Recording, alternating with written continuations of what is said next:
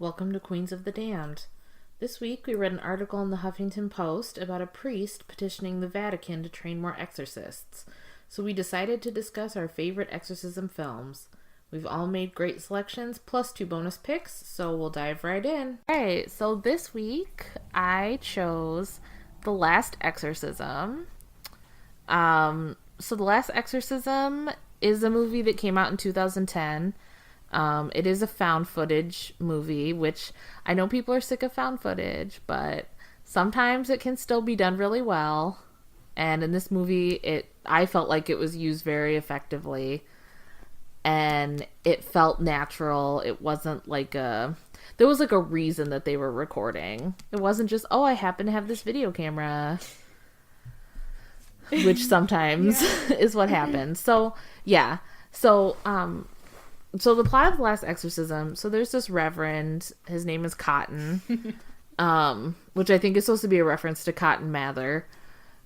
And he used to be an exorcist, but he has lost his faith after his son was born sick. And so now he goes around and he basically bilks people out of their money by performing fake exorcisms on them. I mean, he's completely lost his faith in God and all of that, but he feels like he's still helping people because they really believe that they're possessed. And he's helping them feel better and helping them make their lives better by performing these fake exorcisms. So he gets this request for an exorcism by this farmer named Lewis. And he says that his teenage daughter, Nell, is killing all of their livestock, and she's possessed by a demon. So he goes to visit the family and, meets them. It's the father, Nell, and then Nell's brother, Caleb. And he basically performs his fake exorcism and leaves. And, he's like, well, she obviously is just suffering from some mental issues. I think the mother in the family has just died a couple of years before. And so he's like, well, now she's cured. So he and his crew are at their motel, and Nell shows up. And she's incredibly sick. She's kind of crawling the walls. And so he takes her to the hospital, and the hospital says there's nothing wrong. So they go to see her father, and they find that he has chained Nell to the bed after she cuts her brother's face with a knife. So at this point in the movie, Nell... So there are animals that die in this movie for people that don't like animal deaths.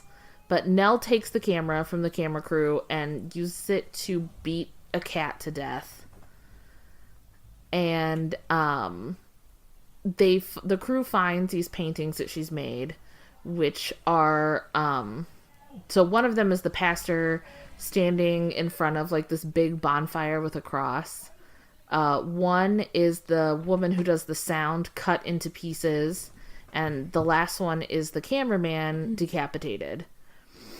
So they get a call from the hospital who says, actually, there is something wrong with Nell. She's pregnant. Yeah. I forgot. Yeah. So Cotton, yeah. And I had forgotten this too, actually. I rewatched it this afternoon. I don't know how I could have forgotten it, because it's like the whole denouement of the movie, but I did. So Cotton accuses her father of raping her. The father just keeps saying, no, she's a virgin. It's the demon. The demon impregnated her. And, so his 2 crew members, like, they want to, like, get out because they're just like, this is ridiculous. This is too much. And, but Cotton decides that he wants to do another exorcism. So he confronts the entity, and the entity agrees to leave Nell if Cotton can remain silent for 10 seconds. And Nell starts breaking her own fingers one by one. And Cotton yells for her to stop. So obviously he didn't make it the 10 seconds.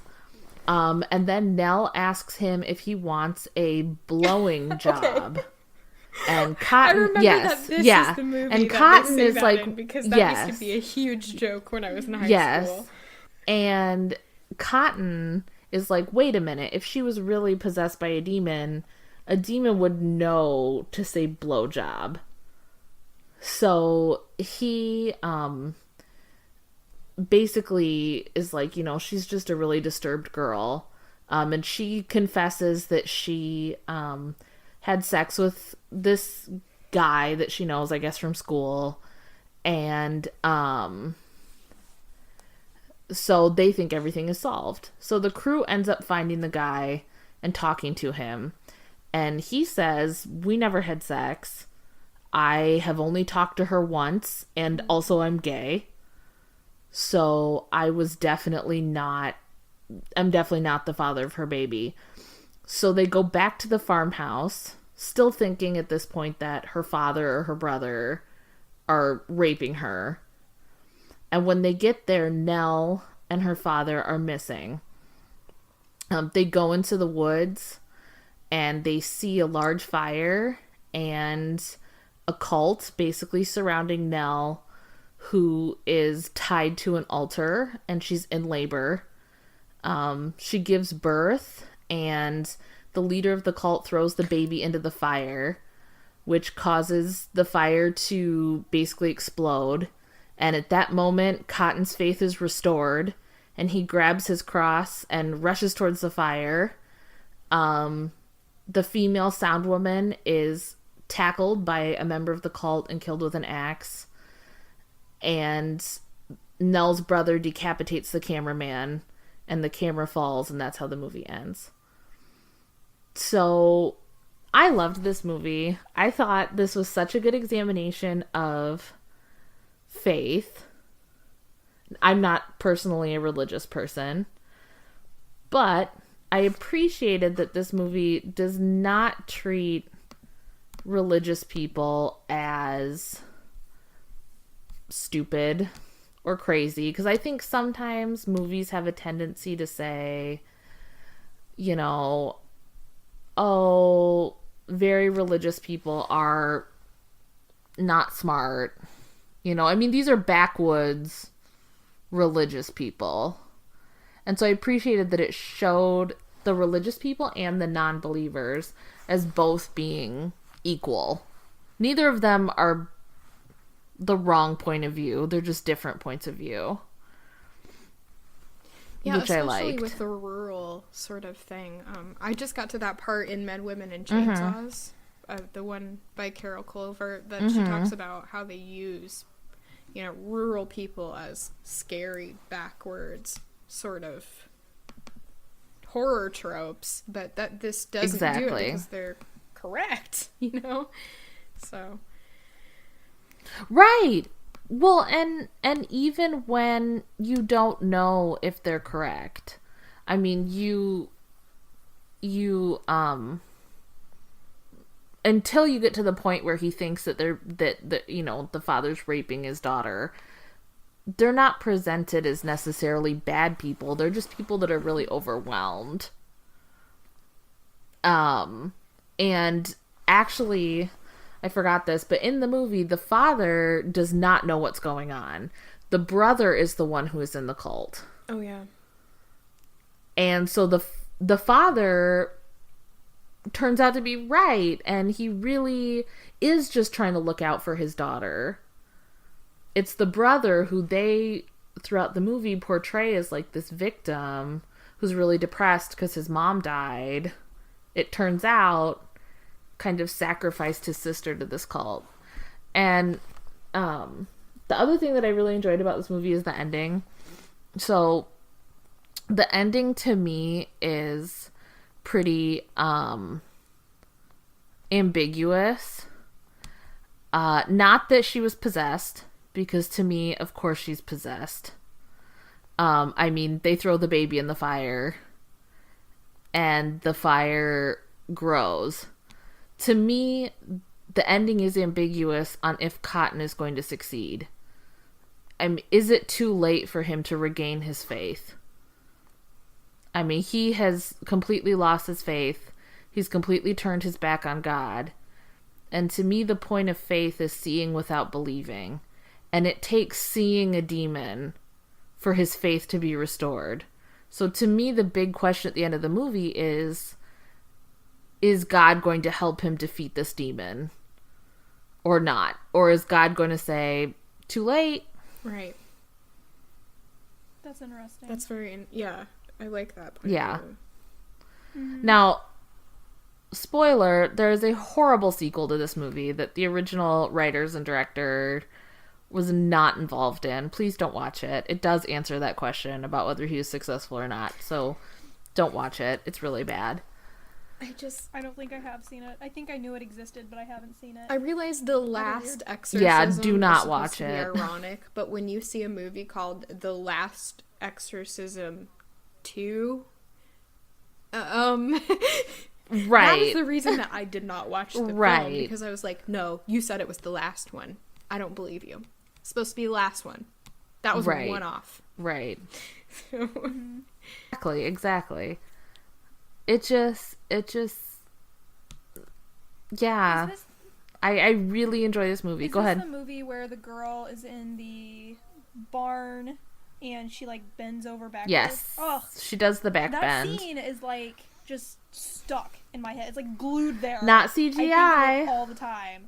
It's gruesome. And it is absolutely not CGI'd. God. The only CGI in this movie is the fire at the end.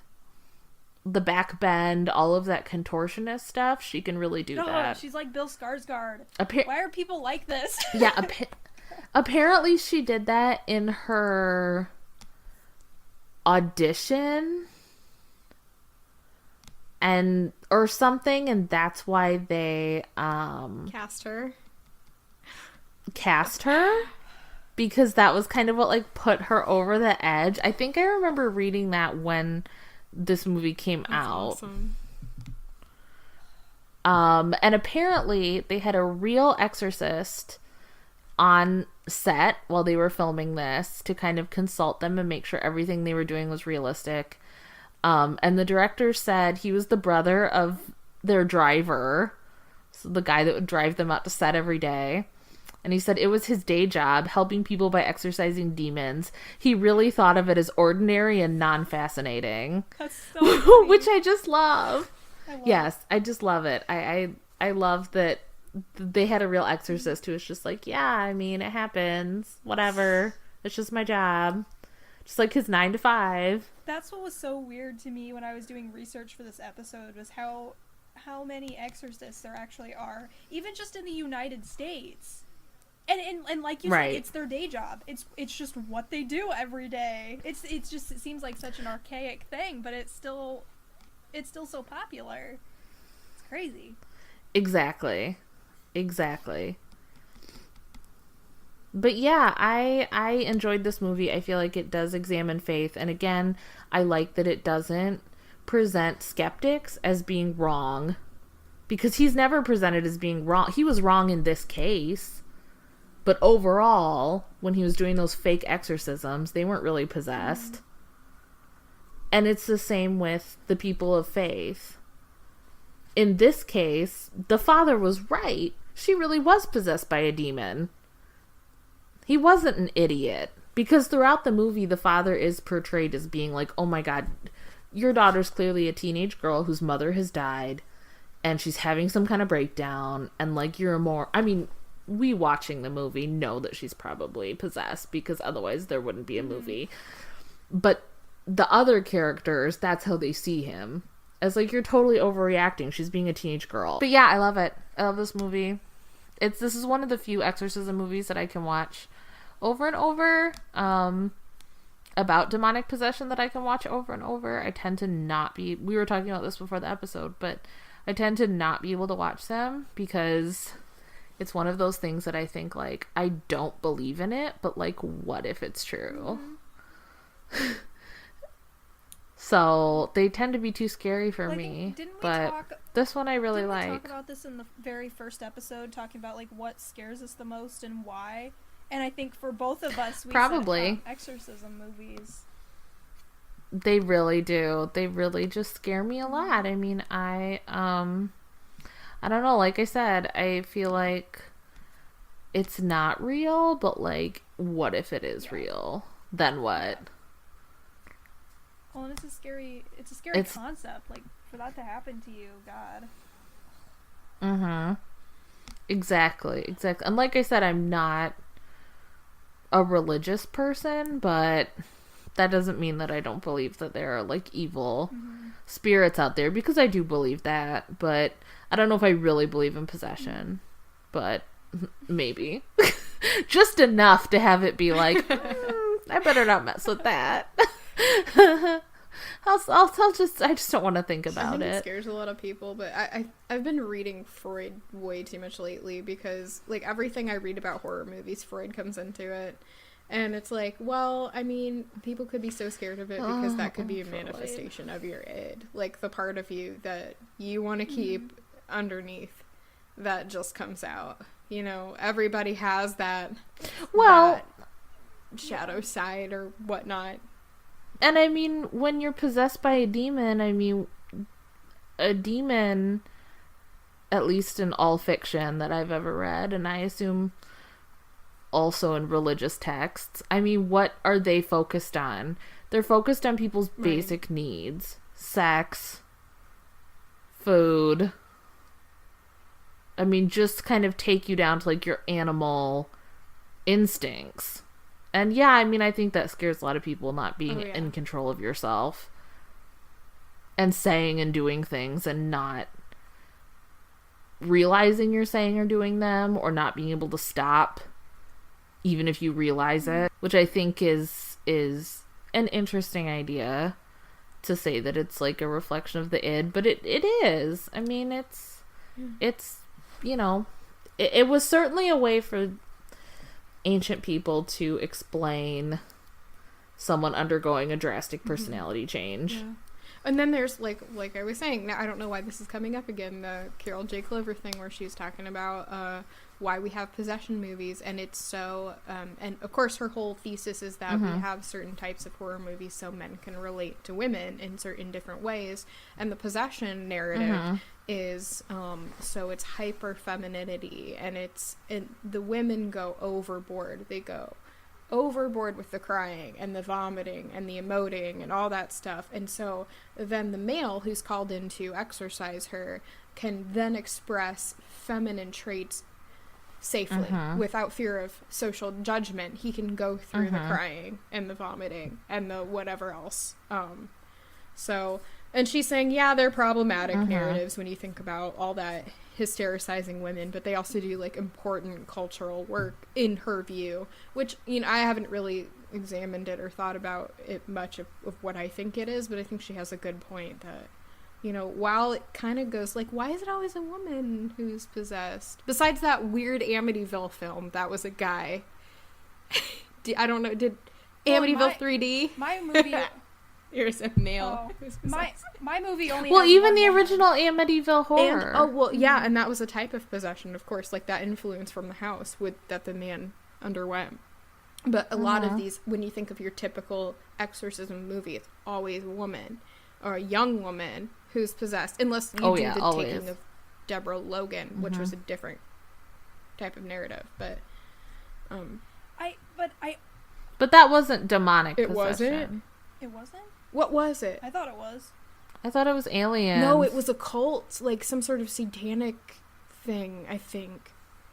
The one where she opens her mouth really wide at the end, and it's that old lady.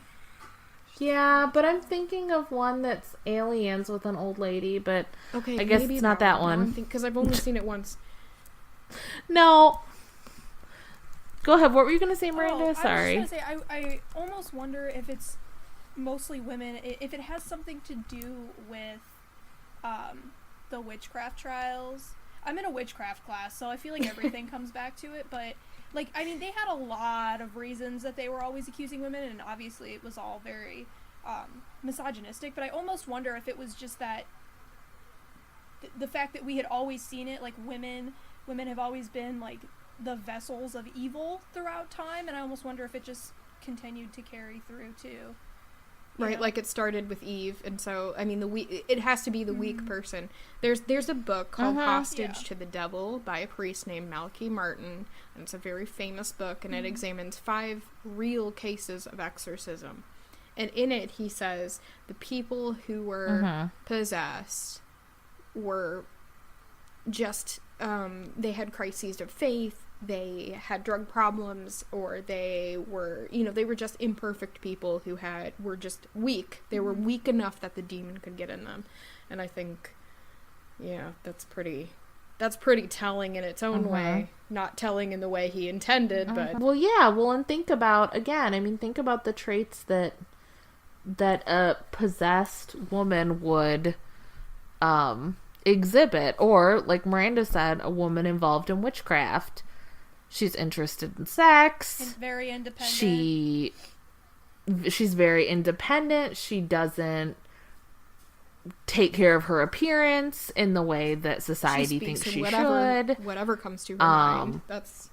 Yeah, I was just gonna say that. Yep, she says whatever she thinks. They tended to be pretty, aggressive for women, but... masculine traits, the way that men always are. Yeah. Yeah. And I mean, I guess I've never spoken to anyone who was allegedly really possessed, but I would assume that for a movie, they turn the behavior all the way up to 11. I mean, again, I don't know anything about people who have really been possessed. I've never met anyone who says that they were possessed by a demon. But I think it's easy to... in ancient times, I guess, or older time. I don't want to say like olden days, but that's what I was going to say. But, yes, the olden times, to blame that on, or to blame women's behavior on that, or to blame the behavior of people who are mentally ill on that. I mean, they didn't understand mental illness, so it must be the devil. Well, and there was also, you guys might find this interesting, but one of the articles that I read for my class was discussing burial rites in... I can't remember where it was. I don't think it was Bermuda. It was somewhere where a lot of, African slaves had been taken. And they were examining all of these burial sites, and there was this one burial site where this woman was completely on her own, and everything was different, because all of the other burial sites, they were, groups of people all together. She was, off, away from everyone on her own, and, she was laying there different from everybody. And I guess they found, extremely high levels of, lead poisoning.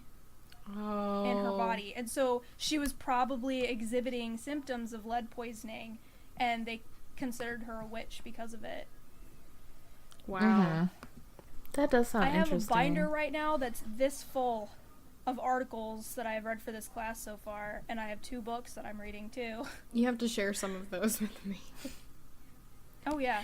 Interesting. Did you know and this is probably just off topic, but did you know The Handmaid's Tale is dedicated to one of Margaret Atwood's ancestors, Mary Webster, who was tried and hung as a witch, but the hanging didn't work, and she was overnight in the noose and lived. Oh my god, that's crazy. She wrote a poem. I did. She wrote a poem about... I did.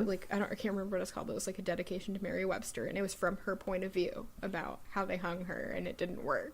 And you should definitely look that up, because it's pretty fucking awesome. They were definitely, if they didn't already think she was a witch, they definitely knew she was a witch after that. And that's the whole thing of the poem, is perhaps you create what you fear, and, by trying to ostracize it. And she's like, well, now I fucking am a witch, so what are you going to do about it? Yeah, what did you pick, Miranda?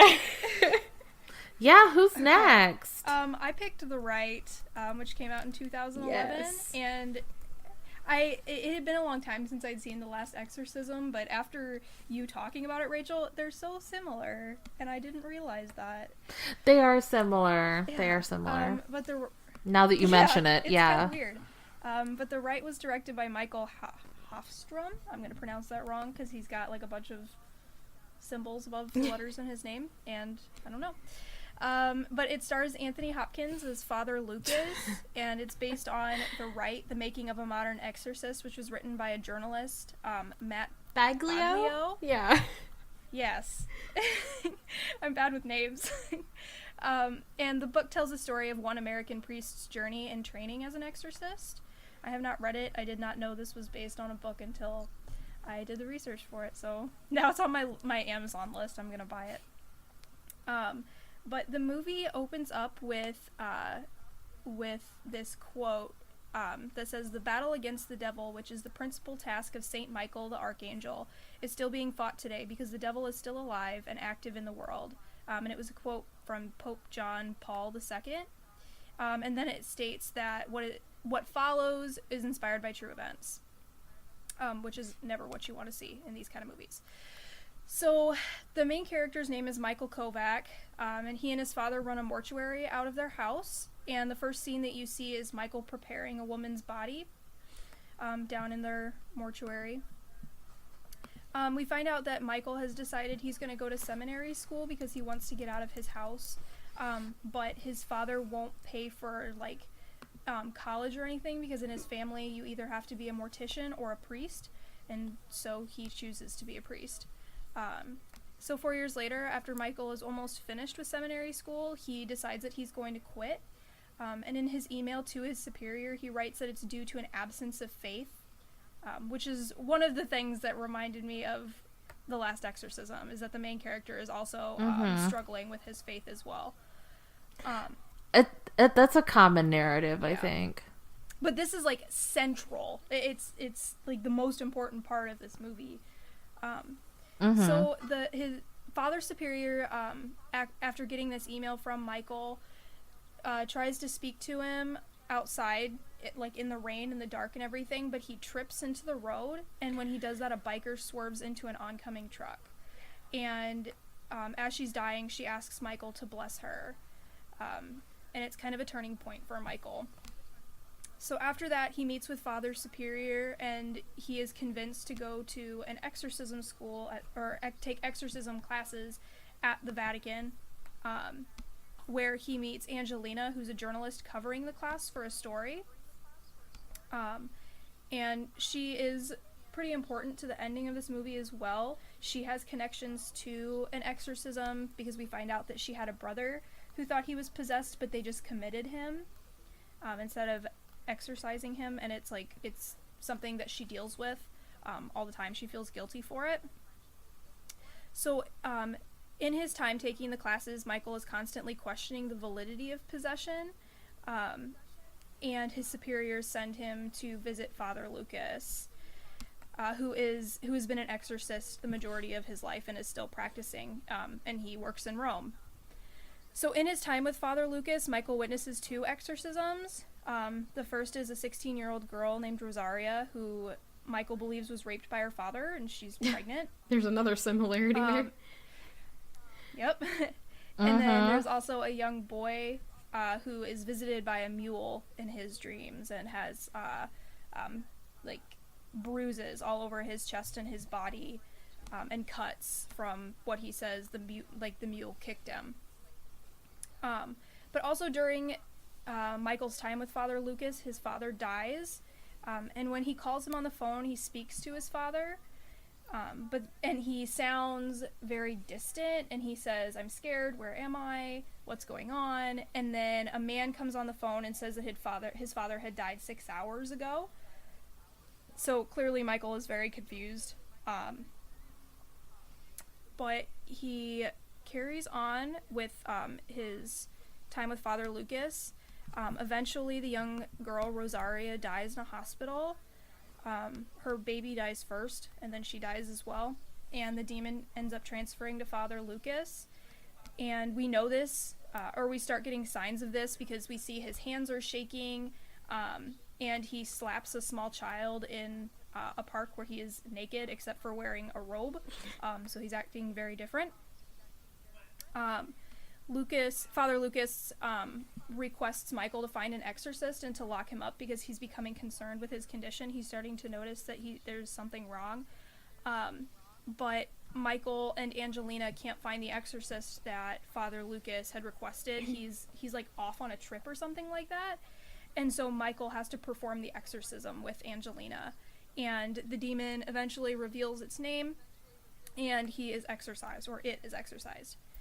So throughout the movie, one of the best parts about it is that this is a movie you have to watch multiple times to get as much out of it as you can, because there are these little signs throughout the movie of what's going to happen at the end. And the first is a bracelet that is on the cadaver in the first scene of the movie. Rosaria is wearing it during the first time that Michael meets her, and then it ends up in his pocket the next time he meets with her, and then it ends up on the door handle of Michael's room the night that he talks to his father on the phone. And then the movie is also filled with flashbacks from Michael's past. So in one, Michael is a young boy watching his father prepare his mother's body, and his father asks him to blow on her nails, which he'd been painting. He tells Michael to step back and pray, but he stops. And his father kisses his mother's head and says, "My love, my flower, my beautiful." And during Father Lucas's exorcism, he says the same thing to Michael to kind of jar him.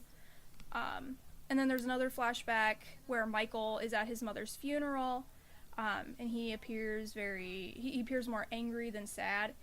And during Father Lucas's exorcism, we find out that Michael, while he was at the funeral, had bent a cross behind his back, and he mentions this to him, and he bends the cross that's in Michael's hand at that moment.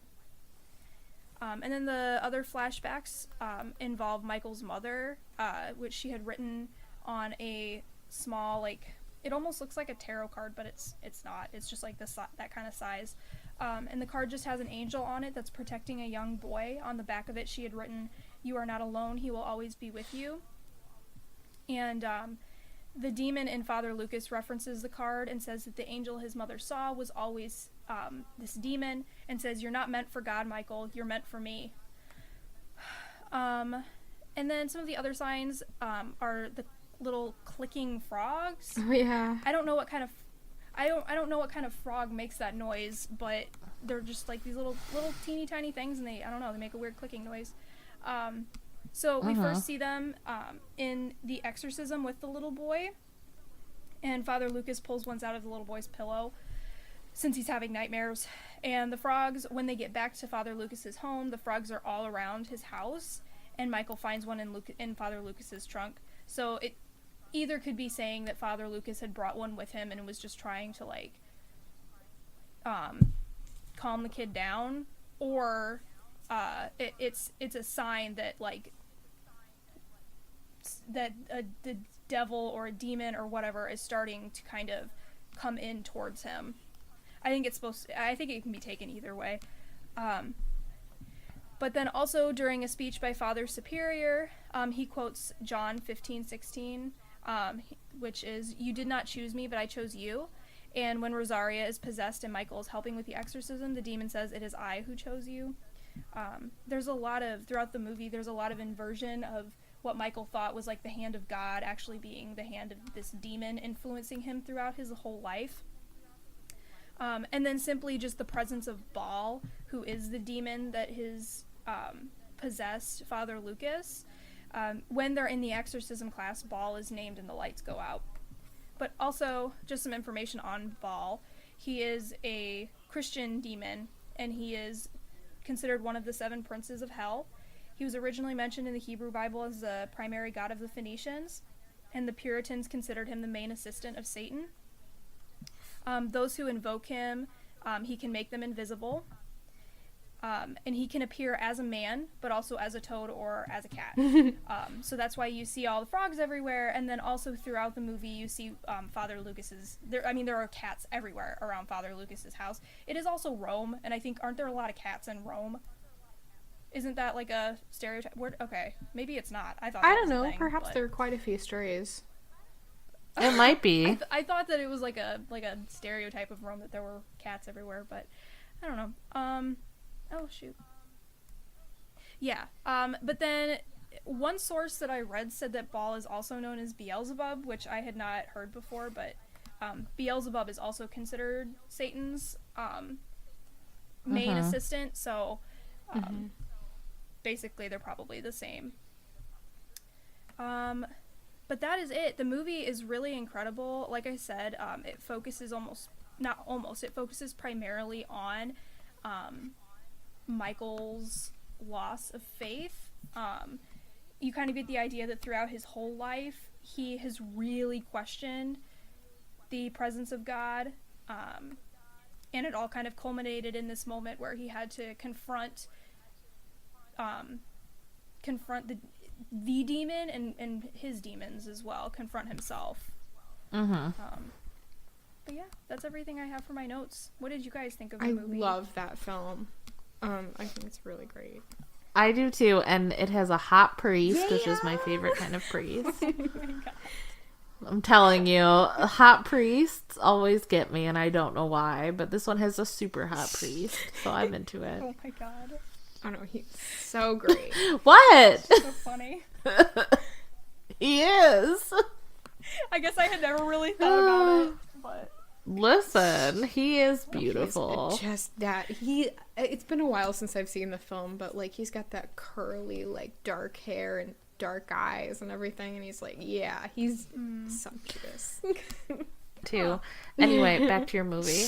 No, I liked it. love the feeling, like the whole mood of the film too, and then Anthony Hopkins, of like genius casting there.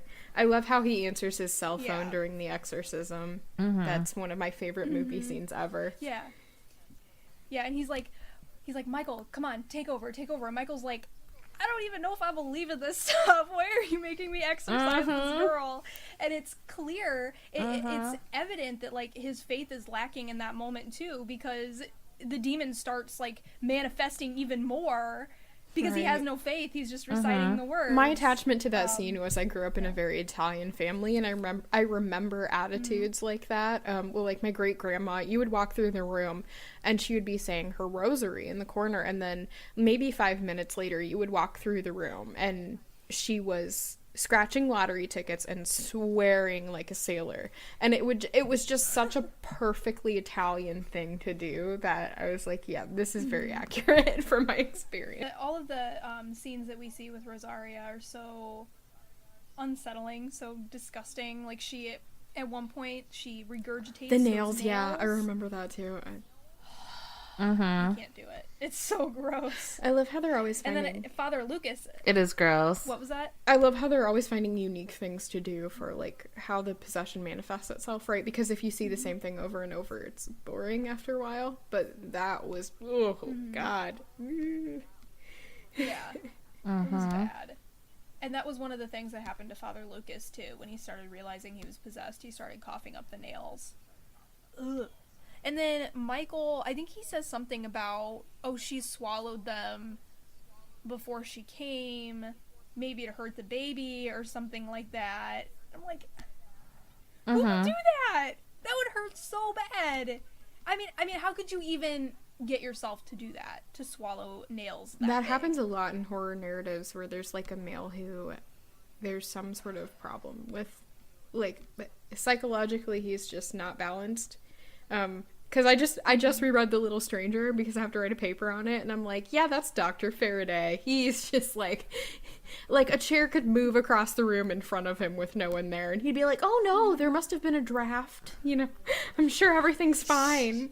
Yeah. And that's how he is through the whole movie. I mean, and I think one of the first things that Father Lucas does with Michael is he takes one of his possessions and he puts it in a bag and brings it in so that Rosaria will guess what it is, and he still It doesn't faze him. He's just like, okay. Yeah. Yeah, there's a lot of denial going on there. I have not seen this one in a while. I think I saw it around when it came out. Like, because I think I watched it on Netflix. I guess I didn't think about until you brought up that this movie also has a theme of the exorcist, you know, questioning his faith. That's the theme in almost every exorcism movie, including The Exorcist. The young priest in The Exorcist, his mom has died, and he's questioning his faith. I forgot about that. And he restores his faith at the end by taking the demon into him and committing suicide. The TV show The Exorcist, which also features a hot priest. 2 hot priests, actually. But the younger, super hot priest is, like, fucking some lady. And, like, definitely is questioning his faith. I couldn't get into the show.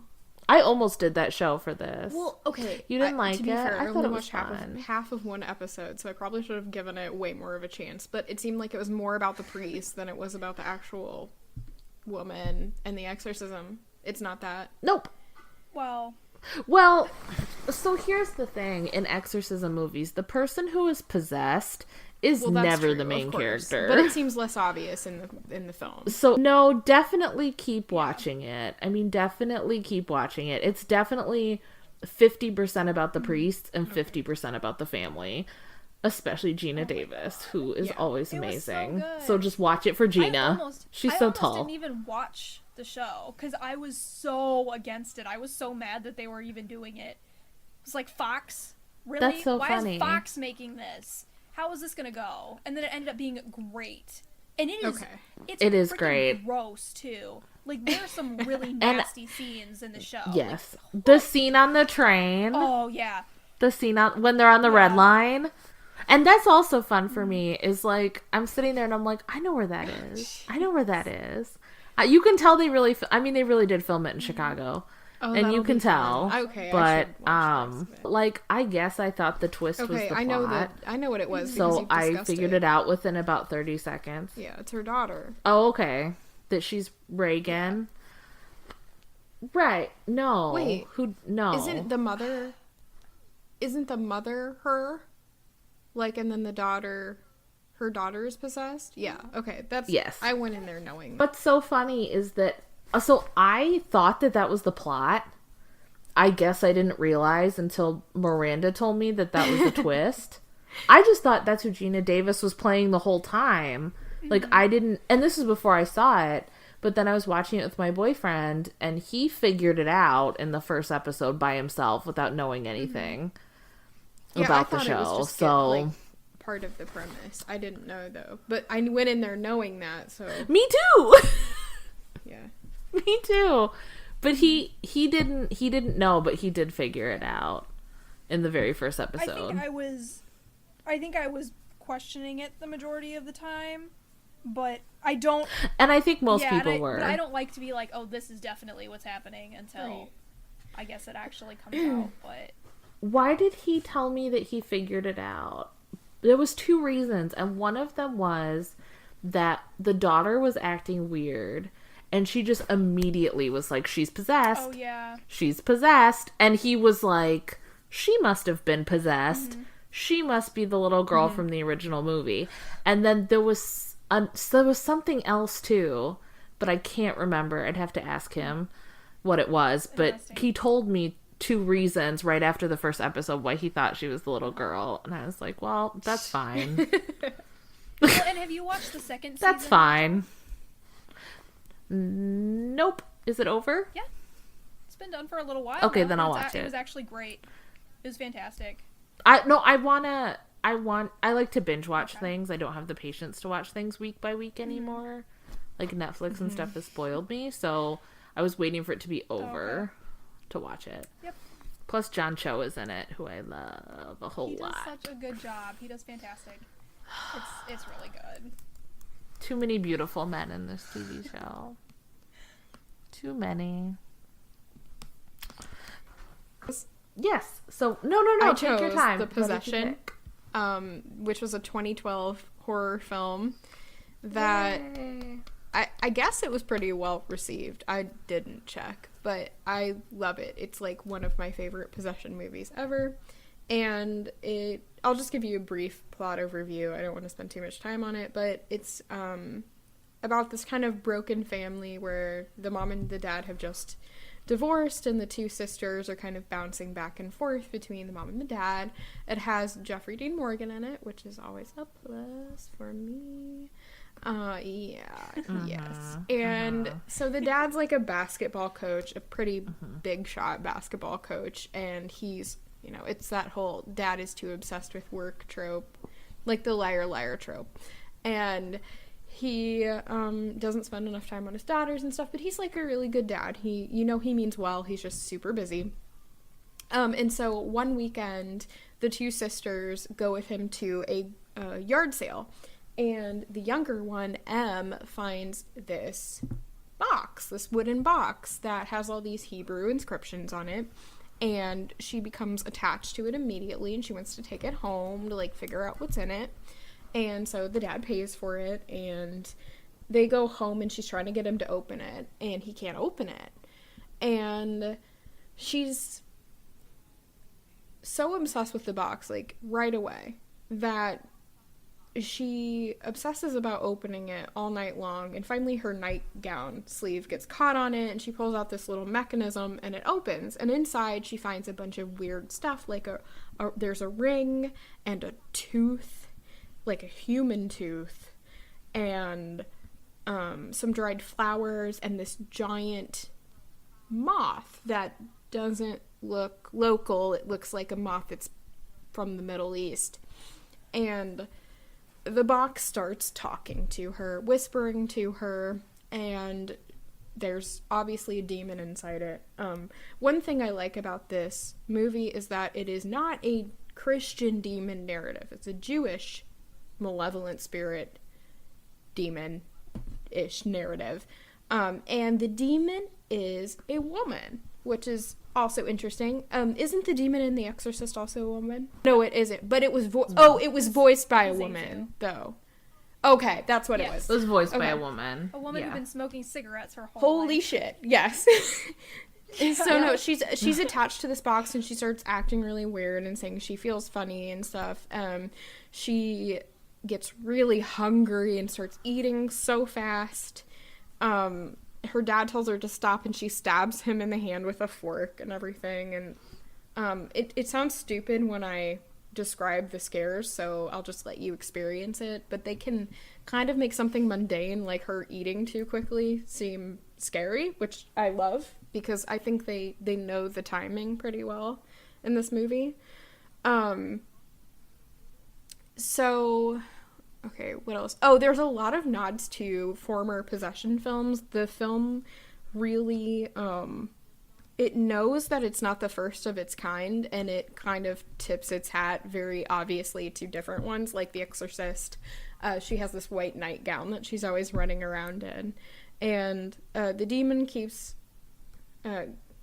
gaining hold on this little girl, and the dad finally notices and goes to first a professor and then a rabbi who says, this is a Dybbuk box, and a Dybbuk is a malevolent spirit that wants something from someone, and the only way to get the Dybbuk back in the box is to, of course, call it by its name, call it out of the person back into the box.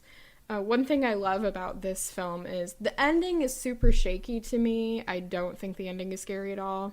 I think they resorted to a lot of movie tropes that don't work anymore during the ending. But the demon is so tangible. It's like a physical thing. It manifests itself in like a cloud of moths that go down the girl's throat when it possesses her. And when it's inside her, they do an MRI. Another nod to The Exorcist. They can see it curled up inside her chest cavity like a weird fetus. And it's just like so there. And she looks down her throat with a flashlight, and she sees a hand coming out of her throat. And the girl's acting sells the whole thing. Like, she's choking and everything. It's great. So eventually they exorcise her. Whatever. You really have to see the film in order to appreciate it. But yeah, so that's the film in a nutshell. I loved this one. I know, Miranda, you didn't care for it at all. So here's the deal. I saw it when it came out in the theaters. I was a sophomore in high school, and I went and saw it. We were at homecoming, and we went and saw it after homecoming, and all of us laughed through it the whole time. I didn't think it was scary. I felt like it was cheesy. And I rewatched it again when it came out because so many people did like it, and I still couldn't get into it. For some reason, the movie to me feels cheesy, but I'm also really sensitive to specific, like, types of directing, and for some reason, like, sometimes it's so hard to explain, but, like, sometimes the techniques that directors use will feel really cheap to me, and I can't get past that. And I think that was a problem I had with it, was mostly the directing of it. But I don't know, it was not my favorite. I'm sorry. That's okay. You don't have to like it. I did like it, but it suffered from the same problem that not just this movie, but The Conjuring does this too, where it takes something historical, which is whatever they say the demon's name is. Abizu? Abizu, yes. I think. Abizu, who is a demon from, Jewish folklore, or at least Old Testament folklore, let me put it that way. But that's not what a Dybbuk is. No, that is not at all what a Dybbuk is. A Dybbuk is actually Yes, I wanted to talk a little bit about the actual Dybbuk box, right, which I actually did more research on the actual Dybbuk box than I did on the movie, because I kind of fell down a rabbit hole with it. So yeah, a Dybbuk is a living person spirit, a person who died. It's not a since time immemorial spirit that has been here forever. And it originates from a Hebrew word meaning to cling. So it really likes to attach itself to a person. It has some sort of unfinished business. It may not take that revenge on the correct person, but it just likes to attach itself to someone. And here, I guess, is a good time to go into what the original Dybbuk box was, because this is quote-unquote based on a true story, which, whatever. But the real story is actually pretty interesting. So the Dybbuk box's first buyer's name is Kevin Mannis, and he allegedly bought it from the daughter of a 103-year-old woman who had just passed away. This woman went through the Holocaust, survived a concentration camp, and came back from Spain at the end of the war with this wine cabinet. And the wine cabinet is really this beautiful thing. It's a rectangular sort of wooden box with grapes on the outside that if you pull the bottom drawer out, the two doors swing open on their own. And the first buyer brings it home thinking he's going to give it to his mother for a birthday gift. And he's going to refurbish it. Well, when he opens it, he finds these Hebrew inscriptions. The contents consist of 2 pennies from the 1920s, 2 prayer stones, a cup for wine, braided hair pieces, and a dried rose. And he said when he first got it, he thought it was just some sort of old lady's odd cabinet of memories of little keepsakes. But then immediately, of course, weird things start happening. So after he gets the cabinet, his employee calls him during the workday to say someone has broken into his shop and was throwing shit around. And he arrives and all this stuff is broken. His employee's in the corner crying, and he smells this strong smell of cat urine. But he finds no intruder. Then when he went to give it to his mother, he gave it to his mother in the shop. 5 minutes later, she has a stroke, goes to the hospital, and in the hospital, she's able to point to words, or letters, to spell out words, and she spells out hate gift.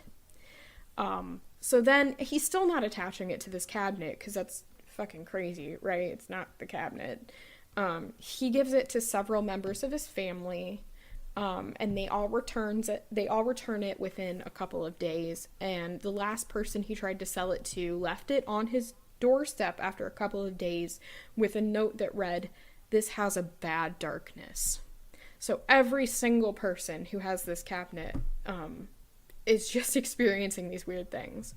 And he says, absolutely positively, the last thing that crossed my mind was that I had a haunted wine cabinet. But he started having these bizarre nightmares where he would be walking with a person he knew well, and he would look into their eyes and realize that they were not who they appeared to be, and they were someone who was evil. And then they would morph into this hag, this old woman, every single time. And he would see shadow figures out of the corner of his eye and stuff. So he decided to get rid of the box now. And he sold it to this college student on eBay who won't talk about it anymore. His life went downhill after he got the cabinet. And this college student sold it to Jason Haxton, who was an antique collector. And the third owner says he feels a sharp pain as soon as he touches this cabinet all throughout his body. And to his son, he seemed ill for weeks after he got it. He woke up and he had these bloodshot eyes that looked like someone had clawed, like from the inside of the whites of his eyes, like scratch marks. So he decides to hide the box in this crawl space under the cellar of this property next door he's bought. And the box sits there for 5 months.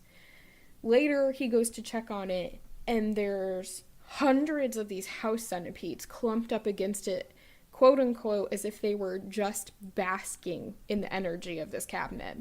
And in the basement, there's these spiders that have a coating of white film on them and have been covered in it and have died.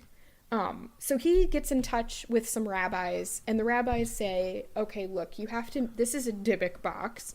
You have to make an ark of acacia wood, line it in 24 karat gold, and put it away to calm it down. So then he gets in touch with the first owner and asks Kevin to contact the original family he bought it from. And Kevin gets in touch with this woman named Sophie, who is the cousin of the original owner.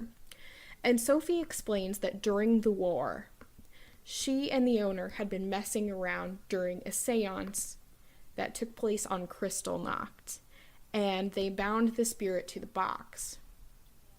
And this woman, it's okay, I'm sorry. right? I know. I shouldn't laugh There's at that. a lot That's, of like, war horrible, anxiety like, in this retelling. Genocidal night, Yes. and I'm There's just a like... lot, no, but she legitimately that's just- believed... Really? She was What a very coincidence. upset when she was retelling the story to him. She kept apologizing over and over, and she believed that their meddling with this spirit actually caused the start of World War II. She was that upset about it. I know, and it's so sad, all that anxiety going on around the war. It is sad. But people were so obsessed with it, they reached out to this Jason guy, trying to get access to the box, and he had it hidden away forever.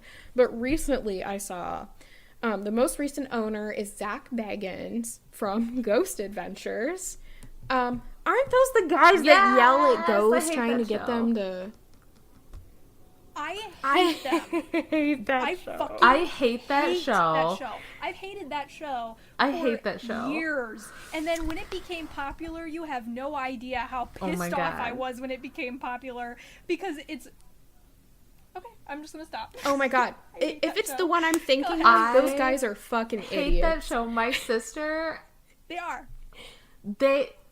they're always like overseas encountering these like Spanish ghosts from like the 1700s who all speak English. And it's like, yes, they do. And yes, they do scream at the ghosts. My sister and Sergio both love that show. They were obsessed. They will sit there and watch it together, and I will just be like, I'm not watching this my God. dumbass show.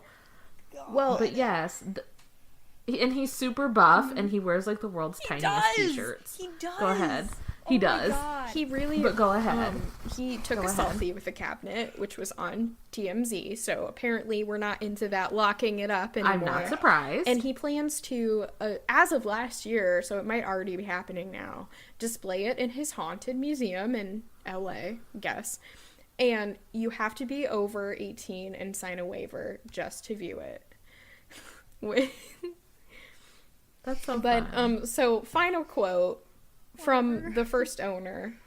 So he says, you can turn off your TV and you can walk over to your computer and you can type in the term Dybbuk box. And here's the weird part.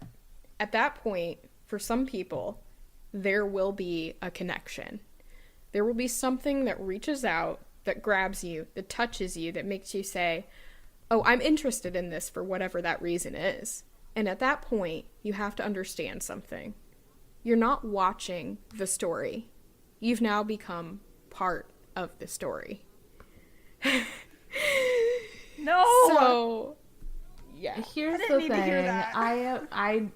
I am like 99% sure that all of that guy's story is It could be. bullshit. But I think it's such He sells a an good app story, though. It's like a Dybbuk box game. It is a good story, but he sells an app. I know that's like a Dybbuk box game, and I don't know. I feel like this is a good way to make a lot of money. It's kind of gross to piggyback it off the Holocaust, which was a really horrible thing that happened, obviously. And so that's I liked the movie. This doesn't have anything to do with the movie. This is the people who are trying to say that this box was real and all that kind of stuff. I think that it just kind of grosses me out. I don't think it's real, and I find it to be kind of icky, actually. I'm just so enamored with the psychology surrounding the story. And the fact that someone could come up with this, or so many people can think that this is actually a haunted object, and therefore experience things that come from their own mind. So that's like kind of my fascination with it. But I understand that just the total appropriation of that story, of the, Jewish tragedy. Yes. Yeah, that is really gross. But and wasn't part of the plot of the story that like the woman who originally owned it, hadn't she like broken out of the concentration camp? I don't know that she broke out. I think I of remember it, but hearing she did that. live. That she like broke out. That I think the version I heard, she escaped and made it to some other country. So that could be it. Somehow. Spain, which... Yeah, and made it to Spain, and that's where she bought the cabinet. I just find it to be... I don't know. I always found this... Because I've heard this story before online, behind, like, the real box. But I just think that it's gross piggybacking off... It's a good story. Yeah. It's a really good story, but... piggybacking off the Holocaust is, I totally understand that. Disgusting. Yeah, it personally. is. Yeah, just to add that into your story to make it a better ghost story is... Right. Like, you don't even have to involve the Holocaust. Just say it's a Jewish person. Okay, we don't have proof it's real. Like, not every Jewish person was in the Holocaust. We don't have proof it's real, but we also don't have proof it isn't real. So perhaps this is a story that she did hear. Or he did hear from this woman. I mean, we can't say yay or nay. Oh, it's possible. It's possible. But it's more likely that he's full of shit and he wanted to make a lot of money off of it. And he happened to be a good narrator. And that's the other thing. That's the other thing. If it's this horrible box, why are you auctioning it on eBay? Everybody wants that shit. It's such a hot commodity. Oh, like, no, burn haunted the fucking objects. thing. I mean, think about the painting Yeah. that Miranda did. Oh, no. I guess I'm just thinking if you really believe that there's this harmful spirit in this box and it's like causing your mother to have a stroke, why would you be like, I'm selling it to the highest why bidder? would you sell it personally? I would not do that. Like, why wouldn't you... Right. Why would you... Well, like, set it on they fire. did address that. He said that he felt that he was afraid that if he tried to destroy it, something worse would happen. Which, legitimately, okay, yeah, I get that. That's fair enough. Yeah. So, I don't know. But he did put it out there. Okay, saying this is real, just for hypothetically for a moment. He did put the whole story out there and say, by purchasing this object, you realize the full gravity of what it can do, you know. Which is exactly what they did with that painting that I talked about. Yeah. Sure, but then he knows that somebody is gonna, like you said, haunted objects are really popular. He knows if he puts this story and then that ominous warning at the end, somebody's gonna pay some real cash money for this thing. I liked the movie. I did like the movie, but I don't buy that the story is real. I don't know if I buy it. I think it's a good story. I love the movie. I love the fact that they use... It was fun to see a Jewish exorcism, not the same fucking white collar... Not white collar, but priest with a white collar standing over this girl. Like, it's a different image. So I thought... Agree. Yeah. I thought that was awesome. And to talk about... so no one believes it. Like, none of the family believe it. But the dad starts believing that she's possessed. And when he goes, I think he drives into New York City and finds this particular rabbi. And all these men are sitting around. And he starts telling them about the Dybbuk box. And they're like, oh yeah, that's fucking real and we're not dealing with it. It's like, they're no nonsense about it. They're like, oh yeah, that? Okay, yeah, we don't want to touch that. Thank you. Which I love. I thought that was interesting. Right. It is. And I, like you said, I liked seeing the Jewish exorcism. Obviously I'm not Jewish, so I don't know if that's, I don't know like, how realistic or not. So if somebody is listening and they are Jewish and they know if that's a real thing or a real ceremony, please tell me, because I know Sam Raimi produced this movie and he is Jewish. Oh yeah, I didn't think about that. And I think the guy who played the exorcist is also he's a Jewish hip hop artist, actually. You haven't heard of him? He's like super famous. No. That's why when Jeffrey Dean Morgan...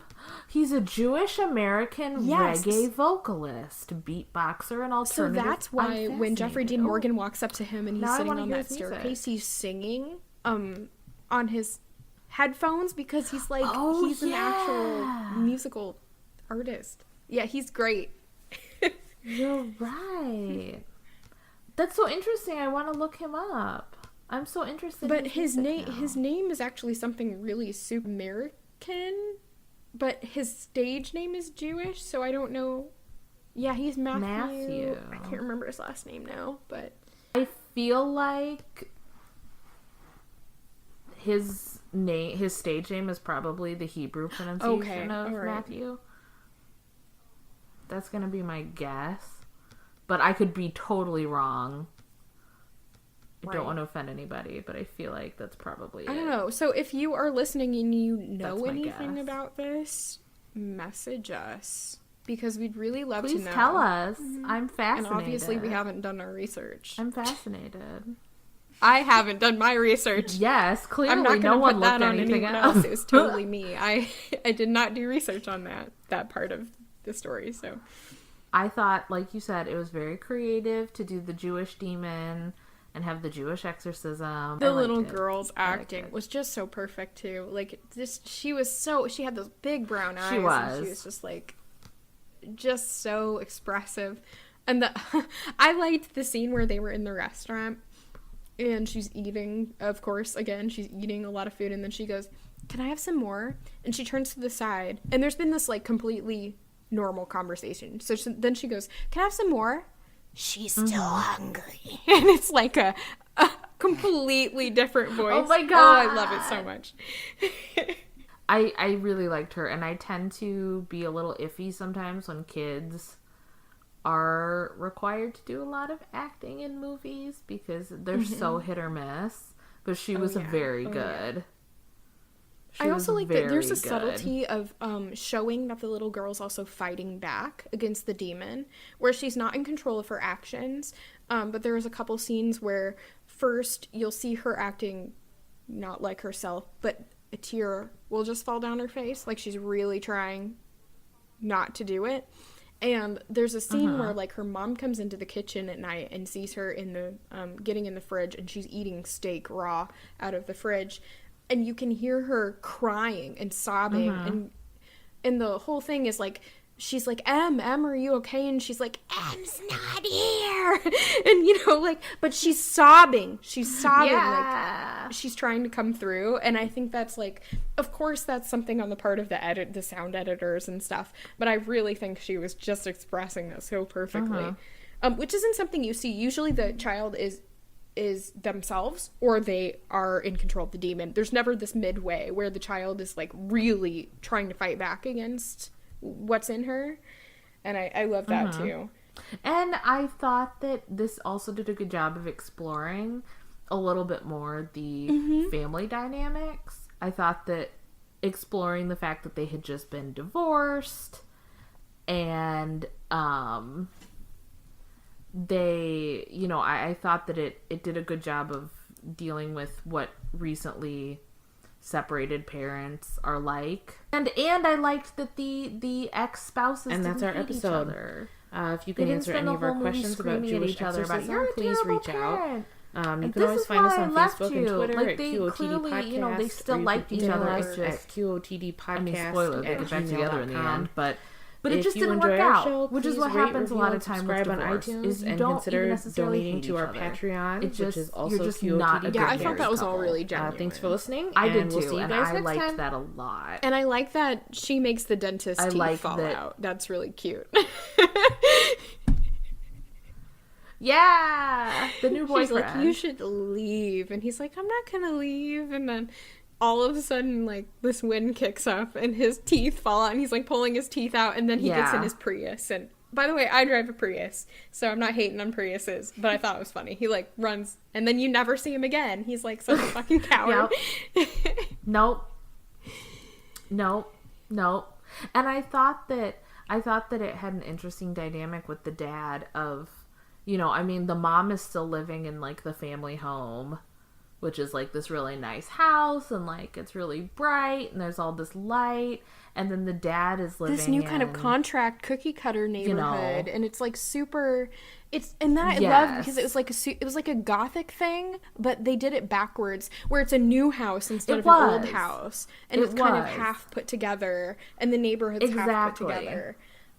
So I love the way they did that, because you don't see that. You see the old neighborhood falling apart, not the new neighborhood coming up and looking ugly and not like a family should live there. Exactly. And I thought that did a good job of adding to, you know, kind of the dad. I mean, I thought that the dad had a lot of guilt in this movie. I mean, he wasn't providing this same, like, amazing home that the mom was. And I think they kind of touch on the fact that it's, like, he was absent, and that's why they got a divorce. And so he already has all of this guilt, and now he bought his daughter something, and the demon that got uses that too, because there's that scene where they're arguing in the hallway, and he's standing there, and the sister's watching, but watching from an angle where she can't really see what's happening, and the demon is, like, slapping her. And she's going, Daddy, why did you do that to me? And he's, like, not touching her at all. So there's this element of, like, the demon knows what's going on and is trying to exploit that.